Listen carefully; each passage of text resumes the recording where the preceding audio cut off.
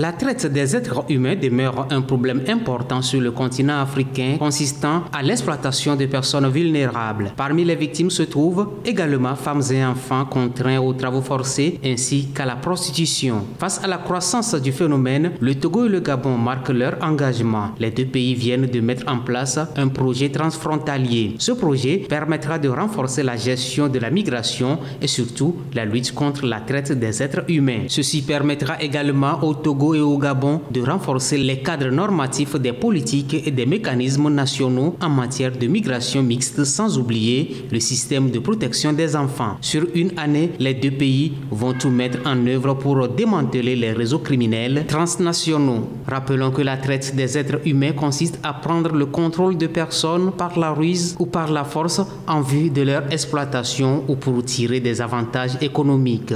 Sur le continent, plus de 3 millions de personnes en sont victimes. La plupart de ces victimes sont contraints au travail forcé dans des domaines de l'agriculture, du travail domestique, entre autres. La gestion des ordures ménagères a été aux premières heures des conseils municipaux la pomme de discorde entre l'État à travers son Agence nationale d'assainissement et de salubrité publique ANASAP et les communes, principalement celles du Grand Lomé. En matière d'eau et d'assainissement, les mairies et l'ANASAP ont de la peine à s'accorder sur les responsabilités de l'un et de l'autre. Parfois, les deux entités se revendiquent des responsabilités et d'autres fois, les deux se rejettent mutuellement les responsabilités. Pourtant, le décret sur les responsabilités des deux entités est clair. C'est l'État qui définit la politique nationale d'assainissement. C'est lui qui planifie et programme les investissements, contrôle la qualité des eaux usées et des boues de vidange, et c'est encore lui qui approuve les plans communaux d'investissement dans le sous-secteur de l'assainissement. Quant aux communes, elles assurent la collecte et le transport des eaux usées et des boues de vidange. Elles s'occupent aussi de l'entretien des installations. Mais depuis que la gestion des déchets ménagers est devenue un véritable commerce, toutes les lignes de démarcation sont effacées. Tout a commencé avec la volonté des mairies de contrôler les micro-entreprises qui s'occupent de la collecte des ordures des ménages vers les dépotoirs intermédiaires. Les contrats furent alors mis à plat et le marché de la collecte des ordures redistribué entre des sociétés écrans appartenant souvent aux premiers responsables municipaux. Et dans cette gestion de copinage, c'est les ménages qui en payent le lourd tribut. Les ordures ménagères ne sont plus collectées en temps et en heure. Ainsi sont nés les nouveaux dépotoirs sauvages dans les communes. À défaut de constituer des dépotoirs sauvages, c'est les caniveaux qui sont devenus des lieux de dépôt d'ordures ménagères et d'eau usée. Parfois, c'est les rues qui tiennent lieu de dépotoir des ordures et des eaux usées.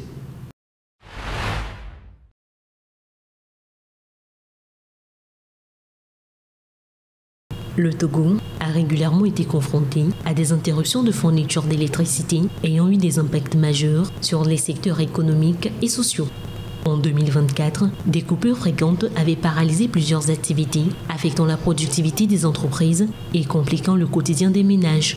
Cette instabilité énergétique, principalement liée à des contraintes d'approvisionnement en gaz naturel, demeure un défi majeur pour le pays. Cette année encore, le spectre des perturbations plane. La West African Gas Pipeline Company a annoncé des travaux de maintenance sur le gazoduc ouest-africain du 3 février au 2 mars 2025. Ces opérations, qui visent à garantir la sécurité et l'efficacité du pipeline qui transporte le gaz du Nigeria vers le Ghana en passant par le Togo et le Bénin, entraîneront une suspension temporaire des flux de gaz en provenance du Nigeria, principal fournisseur pour la production électrique du Togo. La centrale thermique de Lomé, dépendante de ce gaz naturel, pourra ainsi voir ses capacités réduites, aggravant la pression sur les réseaux électriques nationaux. Les autorités togolaises n'ont pas pour l'instant communiqué sur des mesures concrètes pour prévenir les impacts de cette situation. Toutefois, des initiatives similaires par le passé ont inclus des plans de rationnement souvent mal accueillis par les populations. Alors que le mois de février approche, le gouvernement est attendu sur sa capacité à gérer cette situation afin d'éviter une nouvelle crise énergétique.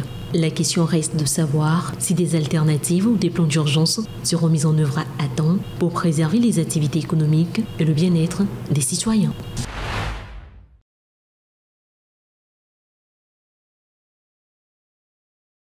L'agriculture togolaise représente plus de 40% du PIB national et emploie près de 65% de la population active pour une superficie cultivable évaluée à 3,6 millions d'hectares, soit 60% de la superficie globale du pays.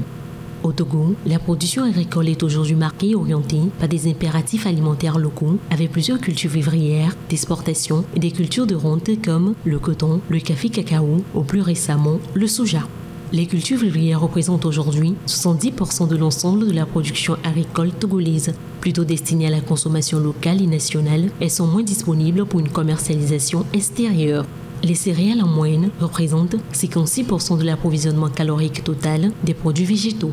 Le maïs seul, qui représentait 51% des céréales, a vu sa production augmenter de 14% entre 2021 et 2023, atteignant 1,06 million de tonnes. Cultivé sur plus de 700 000 hectares, il contribue également aux revenus agricoles avec une moyenne nette de 223 000 francs CFA par hectare et reste la céréale la plus cultivée au Togo.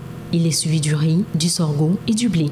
Quant aux tubercules, les plus consommés sont le manioc, qui a pour sa part vu sa production passer de 1,2 million de tonnes en 2021 à 1,31 million de tonnes en 2023, et l'igname a également vu sa production progresser de 12%, atteignant 1,05 million de tonnes en 2023. Outre ces principales cultures vivrières, on compte une variété d'autres cultures répondant aux besoins alimentaires et économiques des communautés rurales comme le café, le cacao, le coton. Celle-ci représente 2,58 millions de tonnes en 2023.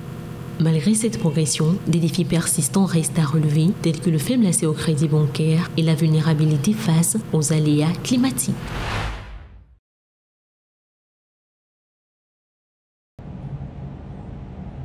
Les tarifs de la téléphonie mobile ont augmenté au Nigeria, une hausse validée par la Commission nigériane des communications qui, dans la foulée, l'a plafonné à 50%, alors que les opérateurs cherchaient à doubler les prix. La Commission nigériane des communications souligne que les tarifs ont été gelés depuis 2013 malgré l'augmentation des coûts opérationnels et justifie l'augmentation actuelle par la nécessité de combler l'écart significatif entre les coûts opérationnels et les tarifs. Les régulateurs affirment que des coûts plus élevés permettraient aux opérateurs d'investir dans l'infrastructure et de financer des projets innovants, ce qui profiterait en fin de compte aux consommateurs grâce à des services améliorés. Mais le changement passe mal. L'Association nationale des abonnés aux télécommunications s'est engagée à contester la décision. Elle plaidait pour une augmentation plus modeste de 5 à 10%.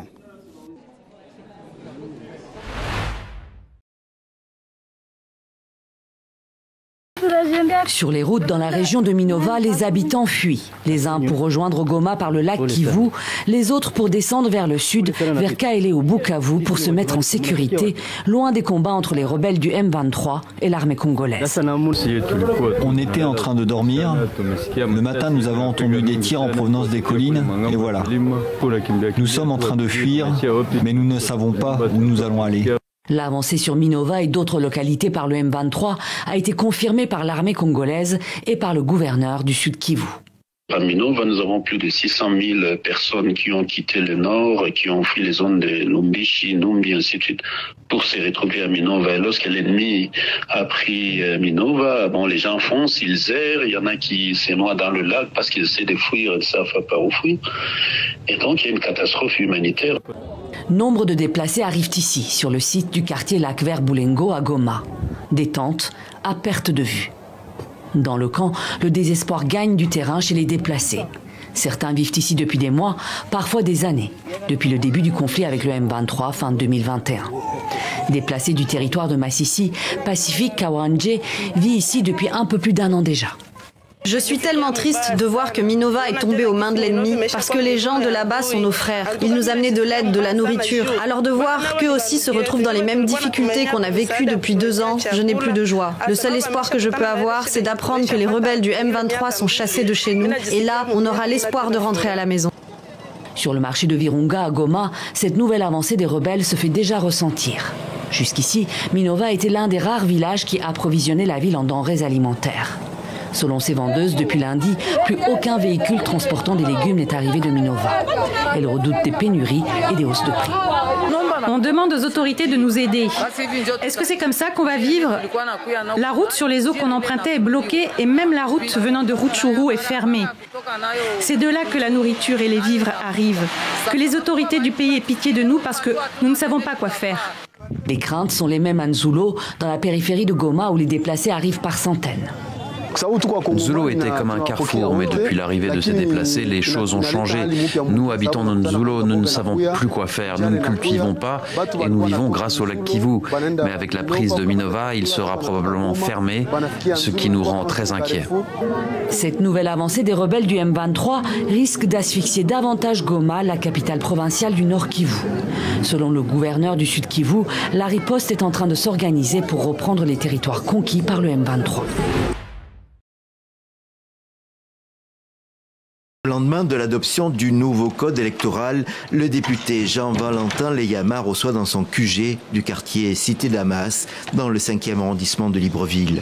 Il avait émis des critiques lors de l'examen du texte, mais a finalement voté pour. Il y voit de grands progrès, malgré ce qu'il appelle des points de frustration. On a souhaité avoir un vote électronique, ce qui n'a pas été le cas, n'est-ce pas? Deuxièmement, nous avons exprimer des réserves sur la participation des militaires et des magistrats aux élections, n'est-ce pas? Mais globalement, sur les outils de transparence, il y a eu des grandes avancées qui nous ont conduits, n'est-ce pas, à voter pour ce texte. Cette autorisation accordée aux militaires demeure critiquée par certains opposants. C'est aussi la position de Noël Bertrand Boudzanga.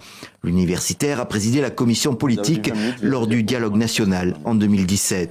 Demain, quand tout ira mal, que les militaires sont dans le champ politique, vers qui allons-nous tourner pour avoir une issue, une solution? On n'aura plus de voie de recours.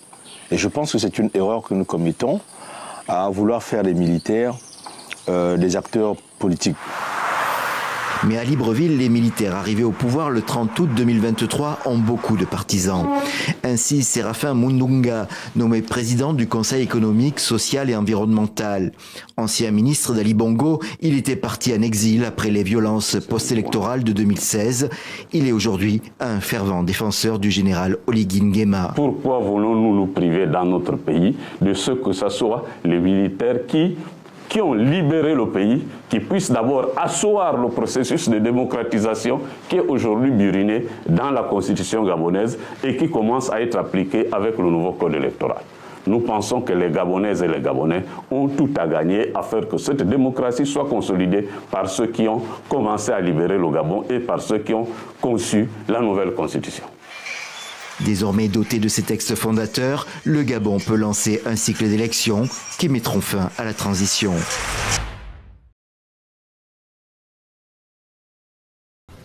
Au Kenya, un centre de dialyse redonne de l'espoir aux patients des communautés rurales. Situé dans le comté de Murangan, le centre est censé soulager les personnes atteintes de maladies rénales chroniques.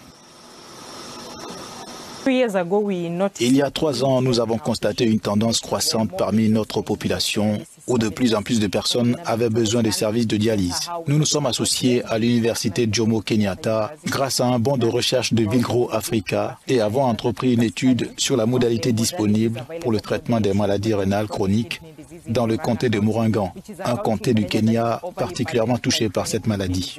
L'étude a révélé des lacunes critiques en termes d'accessibilité aux services de dialyse et de stratégies de prévention. Pour résoudre ce problème, nous avons lancé le centre de ressources communautaires et le centre de dialyse de l'hôpital de niveau 4 de Kigumo. Ce centre de Kigumo fait partie d'une initiative de Benaker visant à rapprocher la dialyse des personnes qui en ont besoin. Nous avons une prévalence élevée de maladies rénales dans notre pays. Plus de 4 000 à 10 000 personnes nécessitent une hémodialyse. Dans le pays, nous disposons d'environ 200 établissements qui offrent cette hémodialyse. Chaque établissement peut prendre en charge environ 10 à 30 patients, soit un total d'environ 600 personnes. Vous pouvez donc constater le déficit en termes de disponibilité des services de dialyse dans notre pays. Benaker a lancé une initiative pour déployer une unité de dialyse dans les zones intérieures du pays, ce qui contribuera à combler le manque d'unités de dialyse dans le comté.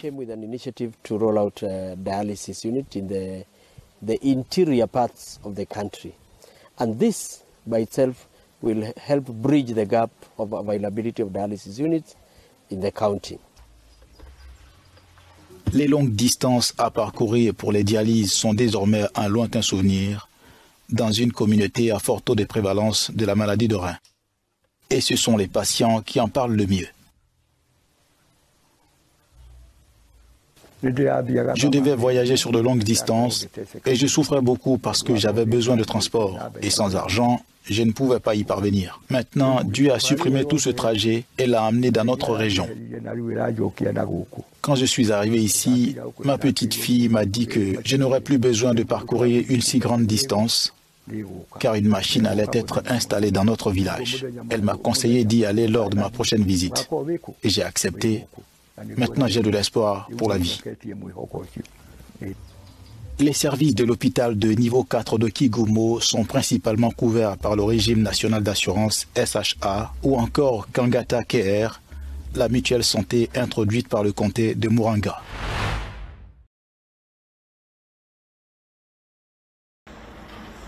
La police italienne a arrêté un chef de guerre libyen en vertu d'un mandat émis par la Cour pénale internationale. L'information est donnée par le ministère de la Justice, des médias italiens et un responsable libyen. Osama Andiem, également connu sous le nom d'Osama Al-Masri, dirige la branche de Tripoli de l'institution de réforme et de réhabilitation.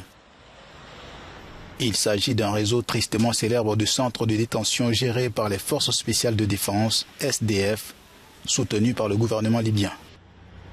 La SDF agit comme une unité de police militaire, combattant les crimes de grande envergure tels que les enlèvements, les meurtres, ainsi que la migration illégale. Comme de nombreuses autres milices dans l'ouest de la Libye, la SDF a été impliquée dans des atrocités pendant la guerre civile. C'était à la suite du renversement et de l'assassinat du dictateur libyen Muammar Kadhafi en 2011.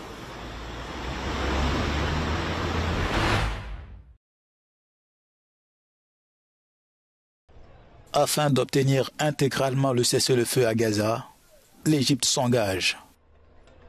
Dans un discours prononcé lors d'un rassemblement annuel des forces égyptiennes de police, le président Abdel Fattah el-Sisi a exprimé mercredi toute sa détermination à œuvrer pour obtenir d'Israël et du Hamas la paix.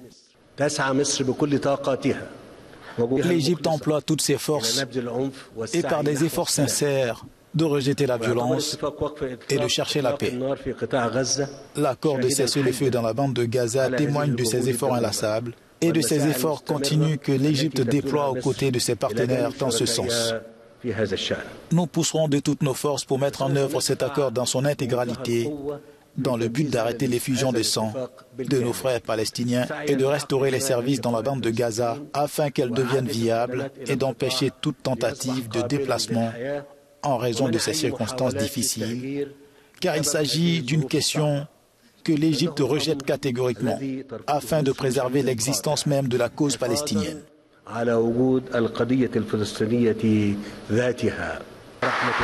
L'Égypte, le Qatar et les États-Unis endossent la responsabilité de faire respecter les termes de l'accalmie.